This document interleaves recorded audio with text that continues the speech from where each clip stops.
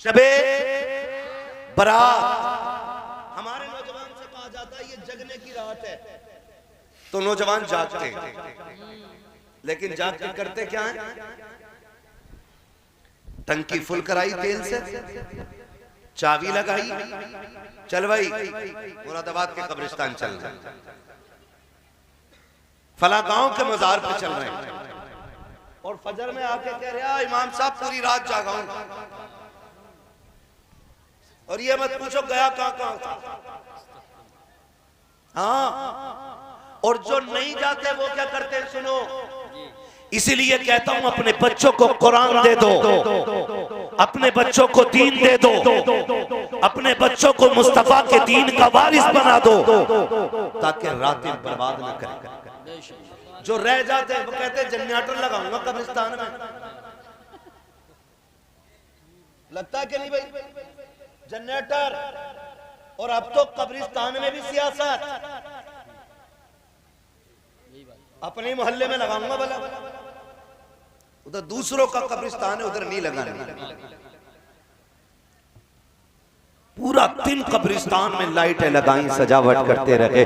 कितने तो नादान ऐसे भी होते हैं जो कब्रों की घास काट के उन पे चूना फेर देते हैं और कहते हैं जी वो जो दूर से दिख रही है ना सफेद सफेद वो मेरे अब्बा की कब्र है। पूछो इन उलमा से, गुलाब कब्रों पे इसलिए डाला जाता है ताकि उसकी तरी से मरने वाले को राहत महसूस हो। क्यों? क्योंकि चीज जब तक गीली रहती है वो अल्लाह की तस्बीह बयान करती रहती है। और हमारे जाहिल बेटे जिन्हें हमने इंजीनियर तो बनाया लेकिन कभी मौलवी बनाना पसंद नहीं किया, कितने बेवकूफ कहते रह गए अल्लाह मौलवियों से बचाए। कैसे बचाएगा मौलवी से? अबे जब आता है तब मौलवी के गुण पढ़ने से आता है, और जब जाता है तो मौलवी की नमाज जनाजा से जाता है। बेशक सुभान अल्लाह। आप बचेगा मौलवी से? कह रहे आप बच के रहियो। हाँ भाई,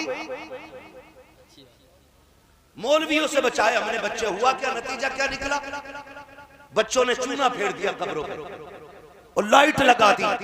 पूरी रात कब्रिस्तान में लाइट चेक करते रहे कौन सा बल्ब कितनी तेज है, कब्रें कितनी दिखाई दे रही हैं। जब हम कब्रों पे लाइटें लगा करके जश्न मना रहे होते हैं तब हमारे मरने वाले जो मदफून होते हैं वो आवाज दे के कहते हैं और नादान ये जो ऊपर तूने बल्ब लगाया है इससे हमें क्या फायदा होना है, इसकी रोशनी तो तेरे लिए है। ये जो तूने ऊपर लाइट की है इससे हमें क्या मिलने वाला है? इससे हमारा कोई फायदा नहीं। अगर तू हमारे फायदे के लिए कब्रिस्तान आया है तो यहाँ जनरेटर न लेके आता, 10,000 की सीआई फैन न लगाता, यहाँ पे लाइटें न लगाता। अगर हमारी लागत की बात थी तो कुरान की छोटी सी कोई सूरत पढ़ देता, कोई आयत पढ़ देता, हमारी रूह को बख्श देता। जनरेटर का उजाला तुझे फायदा देता, कुरान की तिलावत का उजाला हमें कब्रों में फायदा देता। सुभान अल्लाह, माशाअल्लाह माशाअल्लाह। बहुत हम समझ ही नहीं पाए अंदर का उजाला क्या होना है और बाहर का उजाला कैसे होना है। खुदा के वास्ते कोशिश ये करें अपने बच्चों को दीन दें, अपने बच्चों को। इधर देखो बेटे, अच्छे माँ बाप के बच्चे हो, अगर जगह तंग है तो बदतमीजी ना करो, मेरी तरफ देखो। तवज्जो है सारे लोगों को? अपने बच्चों को दीन दें। ये 3 बच्चे मेरे सामने बैठे हैं, कितने दिख रहे हैं सबको? 3 बच्चे बैठे हुए हैं और अल्लाह के करम से तीनों हाफिज कुरान हो गए। हम ना कभी कभी कह देते हैं हाफिज जी हैं यार, बहुत हल्के में लेते हैं। जिसकी रोड पे जमीन आ जाती है ना कारी यूसुफ साहब, वो कपड़ों से बाहर होता है, वो तो हाफिज जी से कहता आओ हाफिज जी बैठो। ये रवैया हमारे हैं। हाँ, बड़ी घमंड वाले लहजे में आओ हाफिज जी। क्या हो खाली हाफिज जी तो हैं?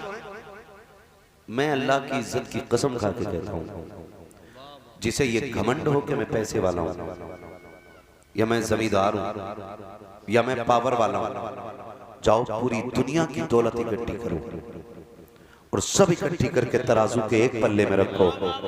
मैं कुरान पाक की एक आयत उठा के दूसरे पल्ले में रख देता हूं। सारी दुनिया की दौलत मिलकर के एक आयत की बराबरी नहीं कर सकती। और हमने क्या किया? हाफिज जी कसम खा के कह रहा हूं यार, इस कौम की दावत उस वक्त तक नहीं होती जब तक अब्बा मर ना जाए। हमने कुरान वालों को सिर्फ तीजे के लायक समझा, सिर्फ 40वें के लायक। और कभी बेटे के वलीमे में भी वैसी इज्जत दिया करो जैसे तीजे में देते। सबसे पहला कुरान वालों को खिलाया जाता वलीमे में। हाँ, ये आपकी गवाही दे रहे हैं कि आप सबसे पहले कुरान वालों को खिलाते हैं। अब मुझे बताओ, जब ये खाना खाने जाते हैं तो बर्तन कौन से होते हैं? पंचायती कि प्लास्टिक वाले? हाँ, इसलिए मैंने आपसे पूछा डायरेक्ट। कान खोल के सुनो, इज्जतों का तकाजा ये होता है जब बड़े मेहमान को खिलाया जाता तो डिस्पोजल में नहीं, अपने घर के सबसे कीमती बर्तन में खिलाया। सुभान अल्लाह, माशाअल्लाह। किस बर्तन में? सबसे कीमती बर्तन में। और कोशिश कीजिएगा अपने घर के बर्तन में खिलाना इनको। और अगर ये चम्मच से खाएं तो कहना ना, आज चम्मच से नहीं, हाथ से खाइए, अपनी उंगलियां डालिए। सुना है दिनों रात इन हाथों से कुरान उठाए फिरते हैं, इन हाथों में कुरान रहता है। वो बरकत वाली उंगलियां डालो ताकि अल्लाह उन उंगलियों के सदक़े में हमारे घर में बरकत नाज़िल फरमाए। आमीन आमीन, सुभान अल्लाह। ऐसे ही करेंगे इंशाअल्लाह, ऐसे ही कीजिएगा। मैं मुबारकबाद पेश करता हूं उन माँ बाप को जिन्होंने अपने बेटों को हाफिज कुरान बना लिया। बड़ी बात है, वरना कितने तो ऐसे हराम खाऊ होते हैं कि बेटा समझदार हुआ ना, आलू बीनने भेज दिया, नलाने भेज दिया, 150 लाकर ला गई। तो बच्चों की कमाई खाने वाले लोग, छोटे बच्चों की कमाई खाने वाले लोग, वो सिर्फ उनके बचपन को बर्बाद नहीं करते, उनकी पूरी जिंदगी को बर्बाद कर देते। आज इनसे मजदूरी करा लो, कल ये मंडी में बिकेगी। आज इनके 200 रुपए के लालच से तुम इनके हाथों से किताबें छीन लो, ये कल मंडी में जाके खड़े होंगे और ये जब तुम्हारी याद आएगी तो तुम्हें लानतें दिया करेंगे। कहा करेंगे काश खुदा ऐसा बाप देता जो हमारे हिस्से की मेहनत करके हमें हमारे हाथ में कुरान की दौलत अता करता। सुभान अल्लाह, माशाअल्लाह। इसलिए आपसे मेरी गुजारिश है, अच्छे माँ बाप वो होते हैं जो अपने बच्चों की तालीम का इंतजाम करते हैं। और तालीम का फायदा सिर्फ ये नहीं कारी यूसुफ साहब कि ये हाफिजी बन गए तो इमामत करेंगे, सिर्फ ये फायदा नहीं। अगर ये आलिम बन गए तो किसी मदरसे में पढ़ाएंगे, सिर्फ ये फायदा नहीं। बल्कि जिस घर में आलिम पैदा हो जाता अल्लाह उस घर को बदअकीदगी से बचा दिया जाता है। बेशक उस घर में कभी बदअकीदा आदमी नहीं आता है। जिस घर में हाफिज होते, जिस घर में आलिम होते, उस घर में कभी बदअकीदा नहीं आया करते, उस घर में कभी वहाबियत नहीं आया करती, इसलिए कि उस घर की हिफाजत अल्लाह कुरान की बरकतों से फरमाया करता है। और ये हुआ एक फायदा। दूसरा फायदा कारी यूसुफ साहब, आप दुनिया की सारी किताबें पढ़ दीजिए, वो ये तो कहते हैं कि जी बाप को घर से निकालना बुरा है, बाप को गाली देना बुरा है, लेकिन दुनिया की कोई किताब ये नहीं बताती है कि माँ के कदमों के नीचे जन्नत है। सुभान अल्लाह। बाप जन्नत का दरवाजा है, ये सिर्फ मोहम्मद अरबी का दीन बताया जाता है। जब हम दीन सीखते हैं तो हमें रिश्तों का पता चलता है। मैंने बहुत सोचा मैं अपने बच्चों को क्या बनाऊं, आखिर में मैं इस नतीजे पे पहुंचा कि अपने बच्चों को सिर्फ और सिर्फ हुजूर का दीन दूंगा। इसलिए कि मैंने डॉक्टरों के रिश्तेदार भी देखे, मैंने इंजीनियरों के रिश्तेदार भी देखे, मैंने उनका खानदान भी देखा है जिनके एक साइंस से लाखों रुपए पैदा होते, मैंने कुरान वालों का खानदान भी देखा है। मैं कितने ऐसे हाफिजों को जानता हूं कि जो महीने के 6000 कमाते हैं लेकिन भाई का भी ख्याल रखते हैं, बहन का भी ख्याल रखते हैं, बहनोई का भी ख्याल रखते हैं, फूफी का भी ख्याल रखते हैं, खाला का भी ख्याल रखते हैं। अगर सबसे ज्यादा रिश्तों को जोड़ना कोई कोई सिखाता है तो मोहम्मद अरबी का दीन सिखाया करता है। यही मदरसे में बैठ के पढ़ने वालों को, ये दरसगाह में बैठ करके पढ़ाने वाले कुरान वाले बताते हैं हर रिश्ते की कदर कीजिएगा। किस लिए? वो जवाब देते हैं इसलिए कि अगर किसी का दिल तोड़ दिया तो 1000 काबे ढाने से ज्यादा बुरा काम होगा। बेशक बेशक बेशक हक। ये मदरसे सिखाया करते, ये मदरसे सिखाया करते। हाँ, अल्लाह हमें सबको माँ बाप की कदर करने की तौफीक अता फरमाए। हम अपनी नस्लों को दीन दें ताकि वो रिश्तों को समझें। आज कौन सा रिश्ता नहीं है टूटा हुआ, मुझे बताओ। अल्लाह माफ करे, मैं नहीं जानता आपके गांव की सियासत क्या है, उसकी भी वकालत आपके मौलाना कर सकते हैं, लेकिन मैं नहीं जानता हूं। लेकिन इतना जरूर कहूंगा, हिंदुस्तान की सियासत का आलम यह है कि हमारे अपने मतलब और फायदे ने भाई को भाई के दुश्मन बना के खड़ा कर दिया। आज ये कड़वी सच्चाई है। हाँ, हमारी सियासत ने हमारा बेड़ा गर्क करके रख दिया है। और उससे ज्यादा बेवकूफ होते, इलेक्शन लड़ने वाले से ज्यादा बेवकूफ होते ये लड़ाने वाले। फायदा 2 पैसे का नहीं, वो खाली जीतेगा वही जीतेगा। वो भैया ने अगर दूसरे का नारा लगा दिया, कहता तू मुझसे अलग। इतनी नफरत तो हम लोग वहाबियों से नहीं करते जितना वोटरों से करते हैं दूसरी पार्टी। तो ऑपरेटर साहब इसे सही कर लो भाई। मैं बार बार इसलिए मुंह हटा के बोल रहा हूं कि ये मेरे गले में दर्द कर रहा है। इससे अच्छा आवाज तो मैं बगैर माइक के वहां तक पहुंचा सकता। सुन रहे मेरी बात? मैं ये कहना चाहूंगा, चाहे आप लड़ने वाले हो या लड़ाने वाले, वोट नाम है राय का। किस चीज का? बोलो। राय। भाई किसको जिम्मेदार होना चाहिए? एक राय मैंने दे दी, किन्होंने दे दी, इसमें कोई झगड़ा। जिम्मेदारी उसके हाथ आ गई जिसके हक में राय ज्यादा थी। जिसके हक में राय ज्यादा थी उसके हक में क्या गई? जिम्मेदारी आ गई। अब झगड़ा किस बात का? कुछ लोग इतने ठलुए होते हैं जो पूरा साल ये कहते हैं प्रधान जी देखो उसकी नाली उली भी साफ ना हो जा, वोट में दिया। और इतनी चुगलखोरी पे एक कप चाय मिल जाती है, बस ये इसकी औकात है। कितनी? एक कप चाय, एक कप चाय। ये बच्चे क्यों नहीं बोल रहे? कितनी? बस एक कप चाय से ज्यादा कुछ नहीं। और सुबह से शाम तक बैठा रहेगा। तुम्हारा तो जवाब ही नहीं। क्या हो गया बाबा? सुबह से शाम तक कह रहे तुम्हारा तो जवाब ही नहीं प्रधान जी, क्या करा है? 8 दिन बैठेगा बाजार, 8 दिन बाद 500 रुपए मिल जाते हैं। उन्हें दबा के बाजार करने जा रहे। सच्ची बताओ, अगर बंदा 8 दिन मंडी में काम करे कितने कमाएगा? बोलो। क्या बात है, माशाल्लाह। कितने? 4000। और चुगलखोरी करने के 8 दिन में कितने मिले? डर के बोल रहे हो? बात सही है। 500। बताओ 4000 अच्छे के 500? जोर से बोलो। कितने? 4000 अच्छे। तो हम इन 500 के चक्कर में पूरा दिन जहन्नम खरीदते रहे। वो ऐसा, वो वैसा, वो अंधा भैंसा, यही करने में जिंदगी गुजर गई। मरना नहीं है। भाई को भाई के सामने ला करके खड़ा कर दिया। कौन सी ताकत हमारे खिलाफ लगी है? कौन हमारा दुश्मन लगी है? आज बातिल की सारी ताकतें इकट्ठा हो करके तुझे और मुझे मिटाने पे लगी है।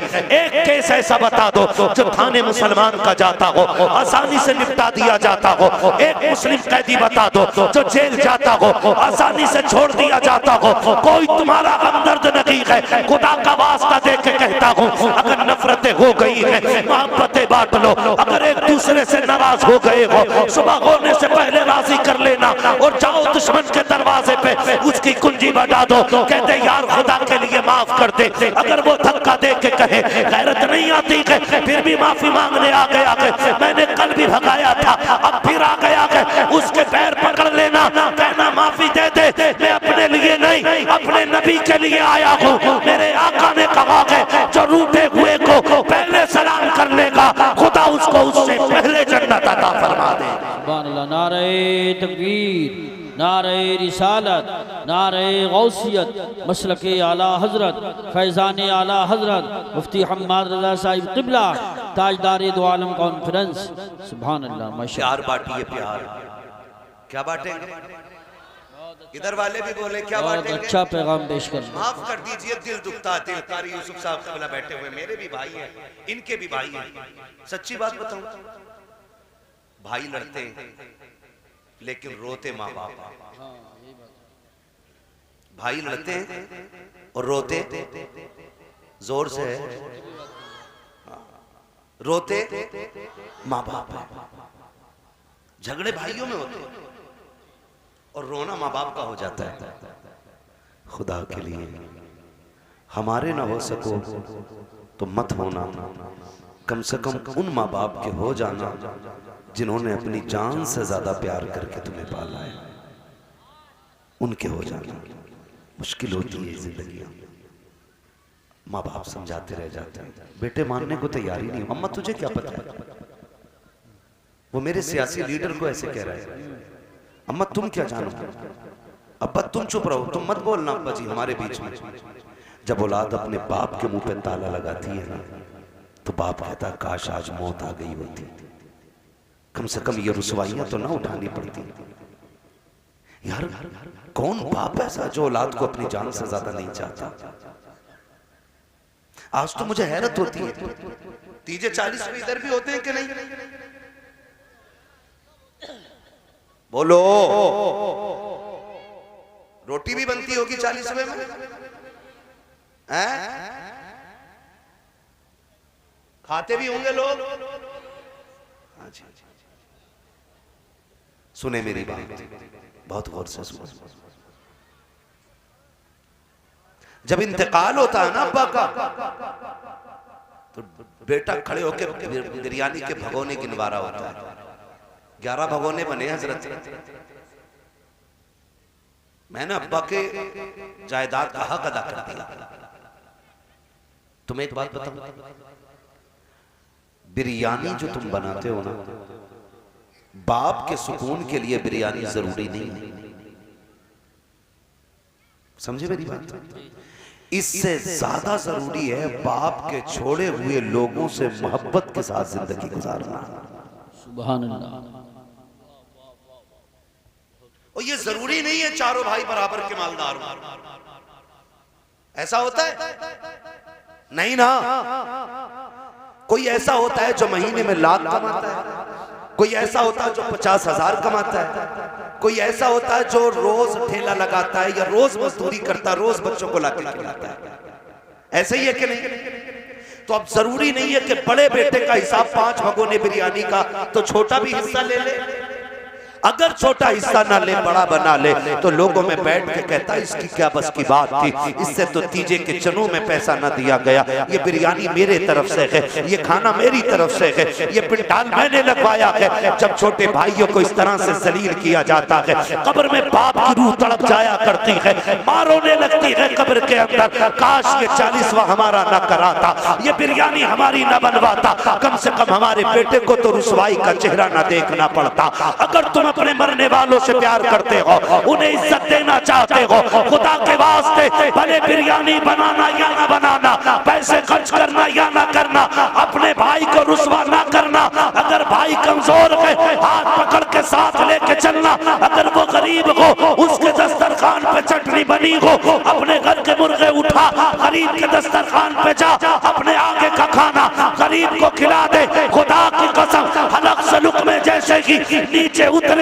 दुआएं अर्शों पर आ जाएंगी, अर्श वाला भी राजी हो जाएगा और मदीने वाला मुस्तफा भी राजी हो जाएगा। नारे तकबीर, नारे रिसालत, नारे गौसियत, मसलके आला हजरत, उलमाए अहले सुन्नत, जश्न दस्तारबंदी। सुभान अल्लाह। माशाअल्लाह करेंगे इंशाअल्लाह। अच्छा पैगाम।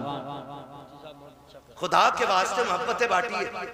और ये दर्द पूरे समाज में फैला हुआ है, पूरे समाज में ये दर्द है कि झगड़े, नाराजगियां, और झगड़े सिर्फ एक प्लेट चावल पर, कोई ज्यादा लंबा नहीं, एक प्लेट चावल पर, या कह लो एक कप चाय, और उसकी नफरतों का नुकसान इतना बड़ा, अल्लाह माफ करे, मैं जानता हूं।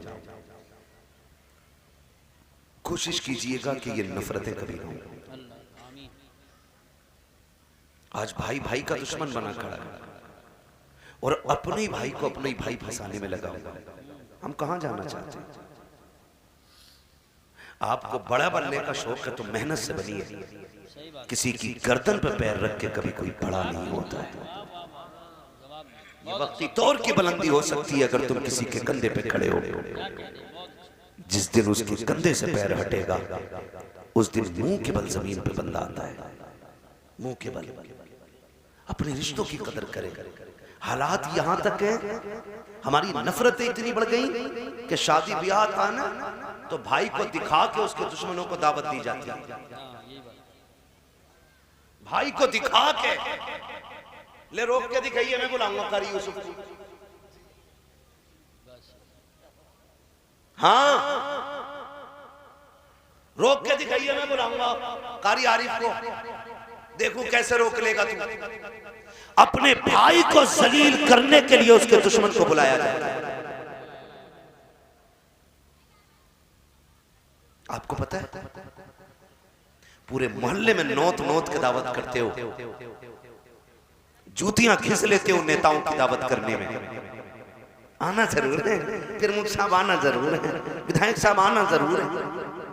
हाँ, जूतियां खिस गई है और वीआईपी टेंट लगा करके खिलाता है। कहता हूटर दूर से बजा देना ताकि पता चल जाए विधायक साहब भी आए थे, मंत्री जी भी आए थे, प्रमुख साहब भी आए थे। दूर से होटल हूटर देते हुए गाड़ियां आ रही हैं, लोगों में धूमधाम मनाई जा रही है। लेकिन हाथ जोड़ के कहना चाहता हूँ, तूने दुनिया की दावत कर दी है, लेकिन तुझे पता है जब तेरे बेटे की शादी का दिन रखा हुआ था तो सुन, उसके बच्चों से ज्यादा तेरे बच्चों ने खुशियां मनाई थी। तेरे भतीजे की खुशी की तेरे बच्चों को भी बहुत ज्यादा खुशी थी। वो कहते थे अब्बा जी आपकी नाराजगी है, हम जोड़े नए जरूर पहनेंगे, आप अगर ना भी जाओगे हम भी जाएंगे। बाप कहता था तुम क्यों जाओगे? कहेगा अच्छा, नाराजगी तो भाई भाई की है, हमने उंगली पकड़ के खेलना सीखा है, हमने उंगली पकड़ के चलना सीखा है, एक दूसरे के साथ गुड़िया गुड्डों से खेले हैं।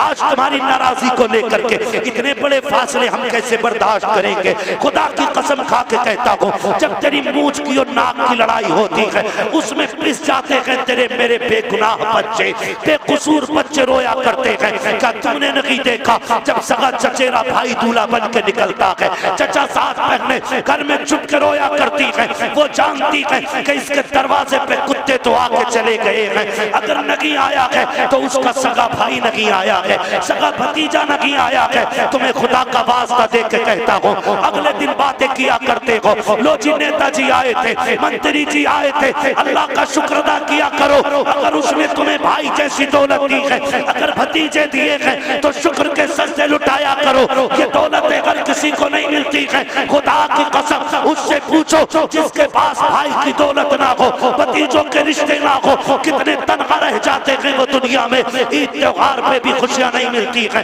नए कपड़े पहन तो लेते हैं, देख करके मुस्कुराने वाले नहीं मिलते हैं, खाने तो अच्छे बनते हैं, बिन बुलाए आने वाले जब रिश्तेदार नहीं होते हैं तब घर अकेले नजर आते हैं। तुम्हें खुदा का वास्ता देता हूँ, अगर तेरे घर पे खुशी आ जाए, मंत्री को बुलाना या मत बुलाना, नेता को बुलाना या मत बुलाना, पैसे वालों को बुलाना या मत बुलाना, उस भतीजे का हाथ पकड़ के लाना जो दीवार के पीछे बैठ के रो रहा हो, उस भतीजी को गोद में उठा के लाना जो पर्दे के अंदर बैठ करके अपने बाप जैसी सूरत चचा को देख करके रो रही हो, जिसे ये ख्याल सता रहा हो काश आज मैं भी चचा के घर होती, जिसे ये ख्याल रुला रहा हो कि मेरा कोई रिश्ता नहीं है। मैं तो छोटे पापा कहती थी, आज क्या वो मुझे भूल गए हैं? जब ये रिश्ते बेटियों को रुलाया करते हैं तो मुबारक हो तुझे नेताओं की दावत, मुबारक हो तुझे मंत्रियों की दावत। क्या फायदा तेरे दरवाजे पे अगर दुनिया खा के चली गई, कोई नतीजा नहीं है। खुदा की कसम तेरे दरवाजे पे मंत्री खा के जाए कोई शान नहीं बढ़ती है, तेरे दरवाजे पे अमीर खा के जाए कोई रुतबे नहीं बढ़ते हैं। मजा तो तब जब तेरे दरवाजे पे नेता आए या ना आए, तेरे बाप का बेटा तेरी माँ का लाल जरूर आएगा। सुभान अल्लाह, माशाअल्लाह। नारे तकबीर, नारे रिसालत, नारे गौसियत, मसलक आला हजरत, उलमाए अहले सुन्नत। कदर करो रिश्तों की यार। कहाँ खो गए हम लोग? नहीं जाऊंगा बुलाने। अगर कोई कह भी दे ना भाई को बुला लो, कह रहा मैं कोई इतना गिरा हुआ हूं। लोग कहते हैं बड़ा है यार तेरा, एक बार राजी कर ले। कहता बड़ा हुआ तो क्या हुआ, बड़ा हुआ तो क्या हुआ, मैं उससे कम थोड़ी हूं।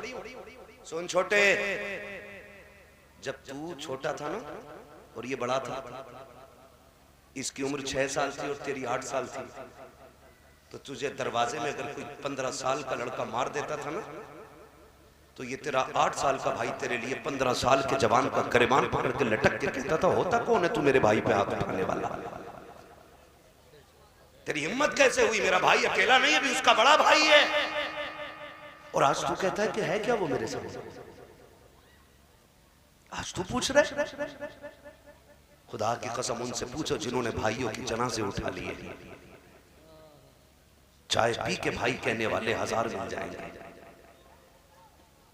नाश्ते के लिए भाई कहने वाले 1000 मिल जाएंगे, लेकिन तेरे सीने की गोली अपने सीने पे लेने वाला सगे भाई के अलावा कोई भाई नहीं हो सकता है। आज तुमने उनसे मुंह मोड़ लिया, आज कह रहा तू है कौन, और शर्म कर यार, गैरत कर। तुझे याद ना हो तो मैं बताऊं, जब तू छोटा था ना ये बड़ा था, और तू नाली नहीं कूद पाता था, ये तुझे कंधे पे बैठाता था और फिर नाली कूदता था ताकि मेरे भाई के पैर पे कीचड़ न लग जाए। क्या ये दिन इसलिए देखे थे कि जब तू बड़ा हो जाए तो इसी के कान पे तमंचा रख के इसे इसकी औकात याद दिलाए। खुदा के वास्ते इन रिश्तों की कदर करो यार। आज हो क्या गया है हमें, हम जब एक आंगन में रहते थे ना और एक माँ के साथ रहते थे, एक बाप का साया होता था, हमारे घर में फैसला करने वाला सिर्फ बाप होता था और हमें प्यार करने वाली बस हमारी माँ होती थी ना, तो खुदा की कसम हम एक दूसरे के लिए जान लेते थे। आज क्या हो गया, आज क्या हो गया, आज छोटा बड़े को गाली दे रहा है, कह रहा औकात याद दिला दूंगा 2 मिनट में।